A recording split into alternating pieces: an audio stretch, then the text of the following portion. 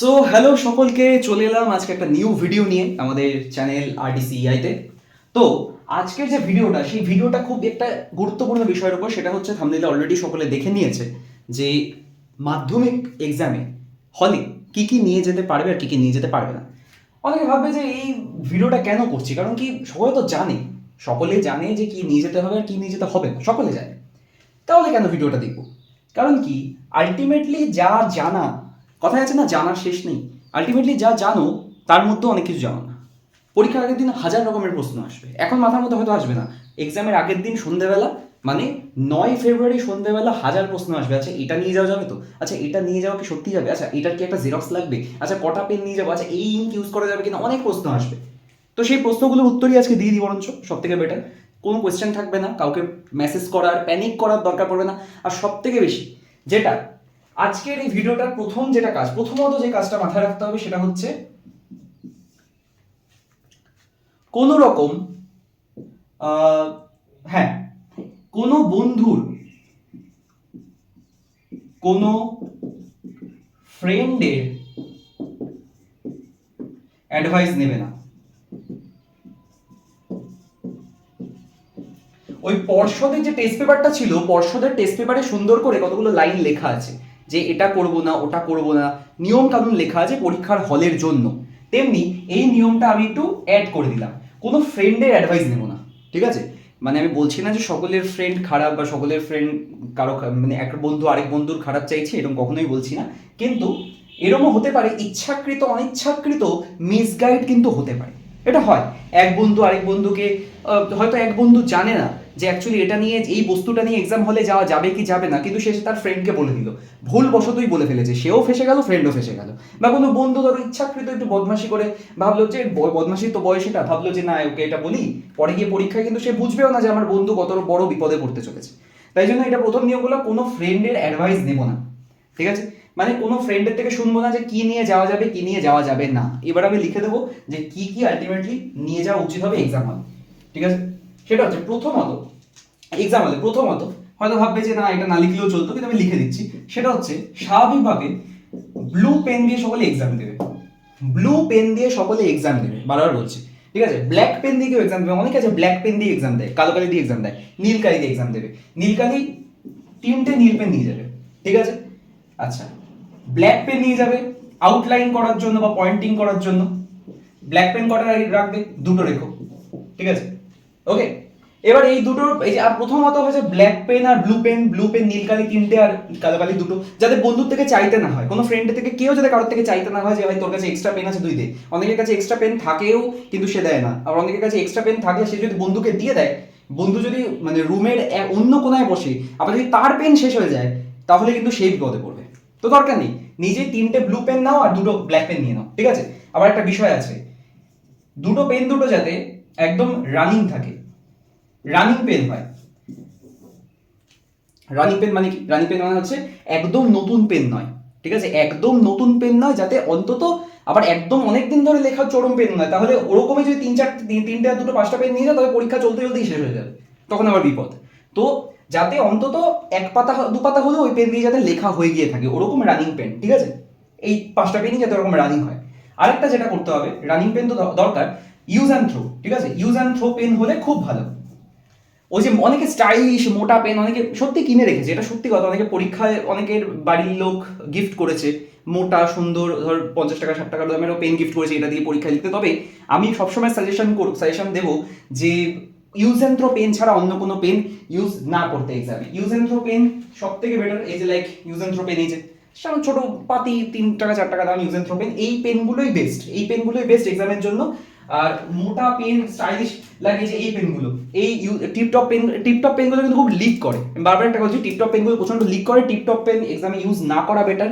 আর যে মোটা যে স্টাইলিশ পেনগুলো হয় 30 টাকা 40 টাকা দামের, যেগুলো বাক্সে পাওয়া যায় অন্যভাবে, ওই পেনগুলো ইউজ করার দরকার নেই।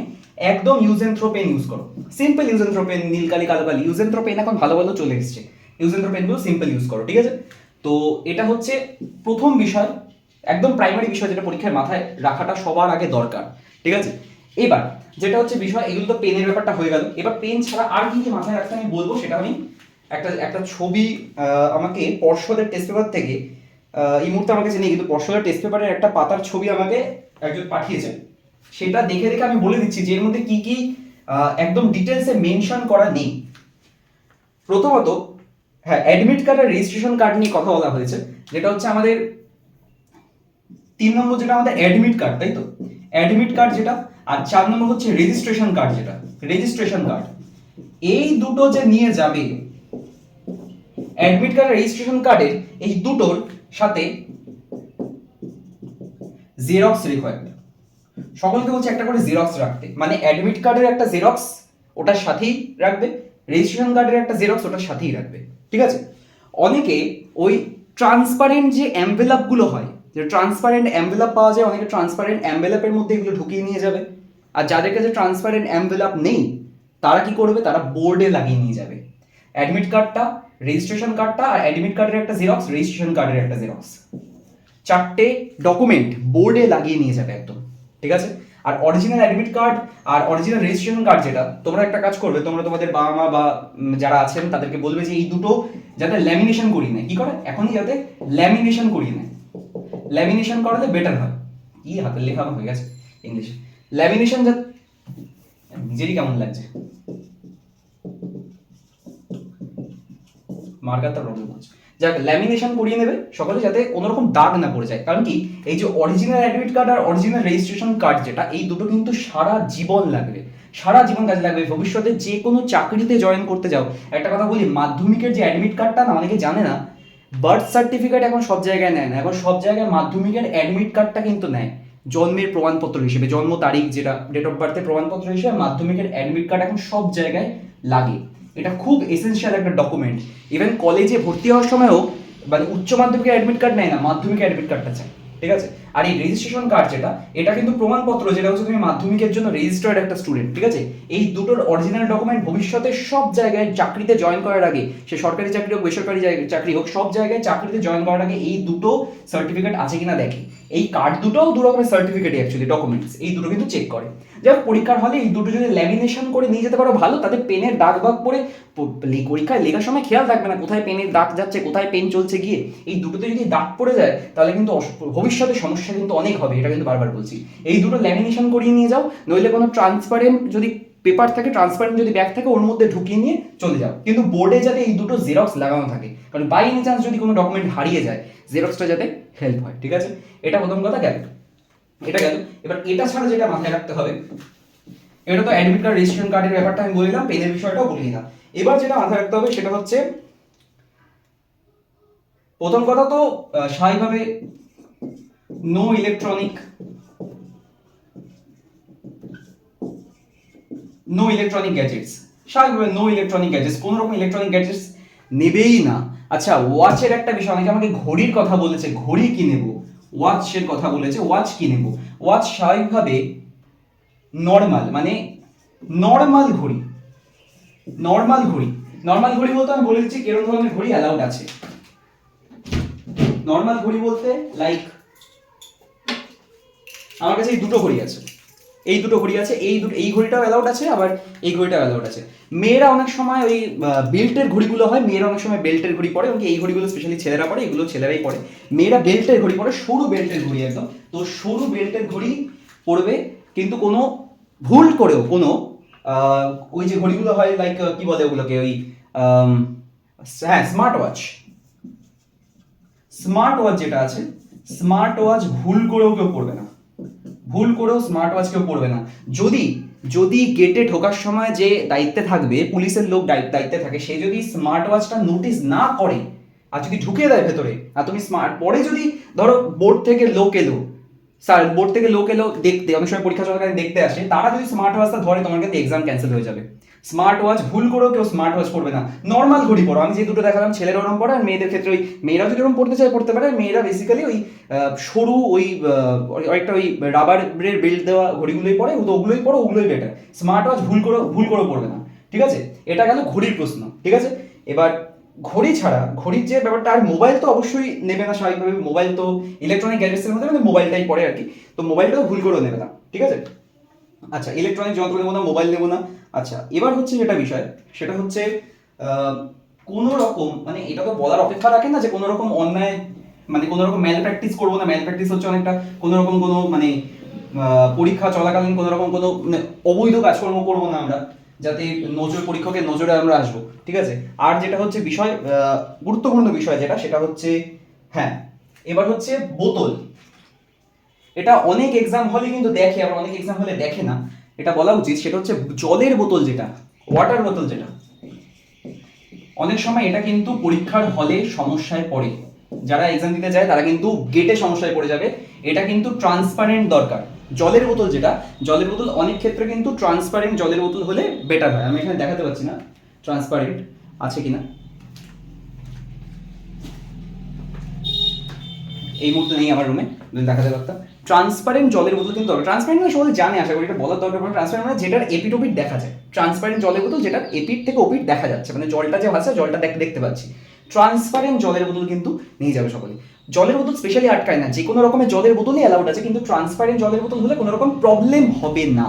অনেক সময় অনেক জায়গা, অনেক এক্সাম সেন্টারে যে জায়গাগুলোতে একটু সমস্যা, অনেক এক্সাম সেন্টারে পুরনো হিস্ট্রি থাকে, সেই সব জায়গায় টোকাটুকি হিস্ট্রি, সমস্যার হিস্ট্রি অনেক আছে, সেই সব জায়গায় কিন্তু রেস্ট্রিকশন করতে পারে। তখন কি জলের বোতল ছাড়া কি এক্সাম দিতে ঢুকবে? এবার বন্ধুর জল নিয়ে খাবে, কি দরকার নেই। তাদের ট্রান্সপারেন্ট জলের বোতল নিয়ে যাওয়া হয় সব থেকে বেটার। আরেকটা যেটা করতে হবে সেটা কি, সেটা হচ্ছে বোর্ড। বোর্ডের জন্য মানে যে বোর্ডে রেখে লিখবো আমরা, সেই বোর্ড ট্রান্সপারেন্ট বোর্ড, অবশ্যই ট্রান্সপারেন্ট বোর্ড, ঠিক আছে। বেসিক্যালি এটা হয় যে প্রত্যেক বছরই প্রত্যেক বছরই মাধ্যমিক পরীক্ষার আগে প্রত্যেক এলাকার যে লোকাল যারা কাউন্সিলর থাকেন, কাউন্সিলর বা বিধায়ক যারা আছেন তারা থাকেন, জনপ্রতিনিধি যারা আছেন, তারা প্রত্যেকেই বিভিন্ন বাড়ি যারা মাধ্যমিক ক্যান্ডিডেট থাকে, উচ্চ মাধ্যমিক ক্যান্ডিডেট থাকে, তাদের বাড়ি থেকে তাদেরকে একটা করে ট্রান্সপারেন্ট বোর্ড বা একটা করে পেন দেন। এটা দেখেছি প্রত্যেক বছরই হয়। তো যদি বোর্ড দেয় বাড়ি, তারা দেন, তাহলে তো ঠিক আছে, একটা বোর্ড পেয়ে গেলে। বাট যদি না, সেটা দেওয়ার তো কথা। এবার যদি কারো কাছে ট্রান্সপারেন্ট বোর্ড থেকে থাকে, তাহলে মোট কথা ট্রান্সপারেন্ট বোর্ডে আমি পরীক্ষা দিতে বলছি। আর আচ্ছা, বোর্ডে কোনো নো অ্যাটাচড পেপার, মানে হচ্ছে কোনো কাগজ অ্যাটাচ করে যাবে না, মানে কোনো কাগজ বোর্ডে লাগিয়ে যাবে না। হ্যাঁ, কোন কাগজ লাগাতে পারো? ওই যে বললাম একটু আগে, অ্যাডমিট কার্ডের জেরক্স, ঠিক আছে, অ্যাডমিট কার্ডের জেরক্স লাগাতে পারো, রেজিস্ট্রেশন সার্টিফিকেটের জেরক্স লাগাতে পারো। আর অ্যাডমিট কার্ড, আর যদি শুধু অ্যাডমিট কার্ডটা লাগিয়ে রাখো, রেজিস্ট্রেশন কার্ডটা লাগিয়ে রাখো, অসুবিধা নেই। অন্য কোনো কাগজ লাগানো যাবে না। নো হোয়াইট পেপার অলসো, এটাও লিখে দিচ্ছি, নো হোয়াইট পেপার মানে হচ্ছে কোনো সাদা পাতাও লাগিয়ে রাখা যাবে না। অনেকে বলতে পারো কি যে আমরা রাফ করবো বলে কাগজটা এনেছি, নো অ্যালাউড নয় কোনোভাবে ওটা, ঠিক আছে। সাদা পেপারও অ্যালাউড নয়, ঠিক আছে। আচ্ছা, আরেকটা যেটা ব্যাপার সেটা হচ্ছে অনেক সময় এটা তো আটকে দিতে পারে, অঙ্ক পরীক্ষার ক্ষেত্রে আর ফিজিক্স পরীক্ষার ক্ষেত্রে এটা স্পেশালি মানে রেস্ট্রিকশনটা থাকে। সেটা হচ্ছে স্কেল যেটা অনেক এক্সাম হলে স্কেল নিয়ে কড়াকড়ি করে না, কিন্তু আমি তাও বলবো স্কেলের যে ব্যাপারটা, স্কেলটা সাধারণ ওই যে ট্রান্সপারেন্ট স্কেল পাওয়া যায়, ওই ট্রান্সপারেন্ট স্কেল ইউজ করো, নইলে কাঠের স্কেল, উডের স্কেল, কাঠের স্কেল পাওয়া যায়, পিচ বোর্ডের স্কেল পাওয়া যায়, পিচ বোর্ডের স্কেল ইউজ করতে পারো, কাঠের স্কেল ইউজ করতে পারো, নইলে একদম সাদা ওই 20 টাকা না কত টাকা নেয়, 20 টাকা মনে নেয়, ওই সাদা ট্রান্সপারেন্ট স্কেল পাওয়া যায়, 30 সেন্টিমিটারের পাওয়া যায়, ওটা নিয়ে যাওয়া সব থেকে বেস্ট। কিন্তু অনেকে এমন স্কেল নিয়ে যায় যার পেছনে অঙ্কের ফর্মুলা লেখা আছে, ওগুলো কিন্তু অ্যালাউড নয়। যে কোনো ওটা কিন্তু নিয়ে গেলে পরীক্ষা চলাকালীন এক্সাম ক্যান্সেল করে দেওয়ার কিন্তু অথরিটি সেই স্কুলের কিন্তু আছে। সুতরাং এটা কিন্তু সাবধানে একটু, ঠিক আছে। এটা গেল ছোট ছোট বিষয়। আর যেটা মাথায় রাখার মতো বিষয় আছে সেটা হচ্ছে স্কেলের বিষয় বলে দিলাম, পেনের বিষয় বলে দিলাম, স্মার্ট ওয়াচ, বোতল, বোর্ড, সবকিছুর ক্ষেত্রেই বলে দিলাম।